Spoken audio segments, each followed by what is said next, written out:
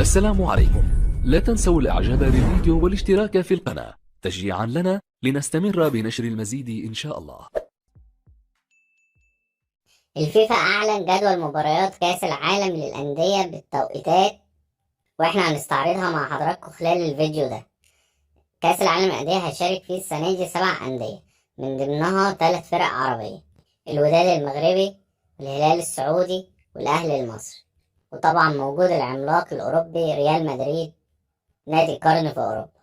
تعالوا نستعرض الجدول. المباراة الافتتاحية هتكون ما بين الأهلي وأوكلاند سيتي يوم 1 فبراير. ان شاء الله في حالة صعود النادي الاهلي هيقام قرعة، والاهلي هيلعب مباراة هتكون ضد الوداد او الهلال او الفريق الامريكي حسب القرعة اللي هتتم. والمباراة دي هتكون اسمها مباراة الدور التاني، وهتكون يوم 4 فبراير.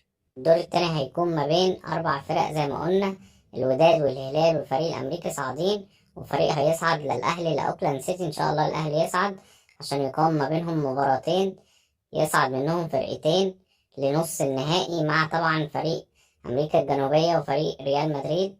ويقام النص النهائي يوم 7 و8 فبراير ما بين الفرقتين اللي هيفوزوا من الدور التاني، وبطل أمريكا الجنوبية وريال مدريد بطل أوروبا.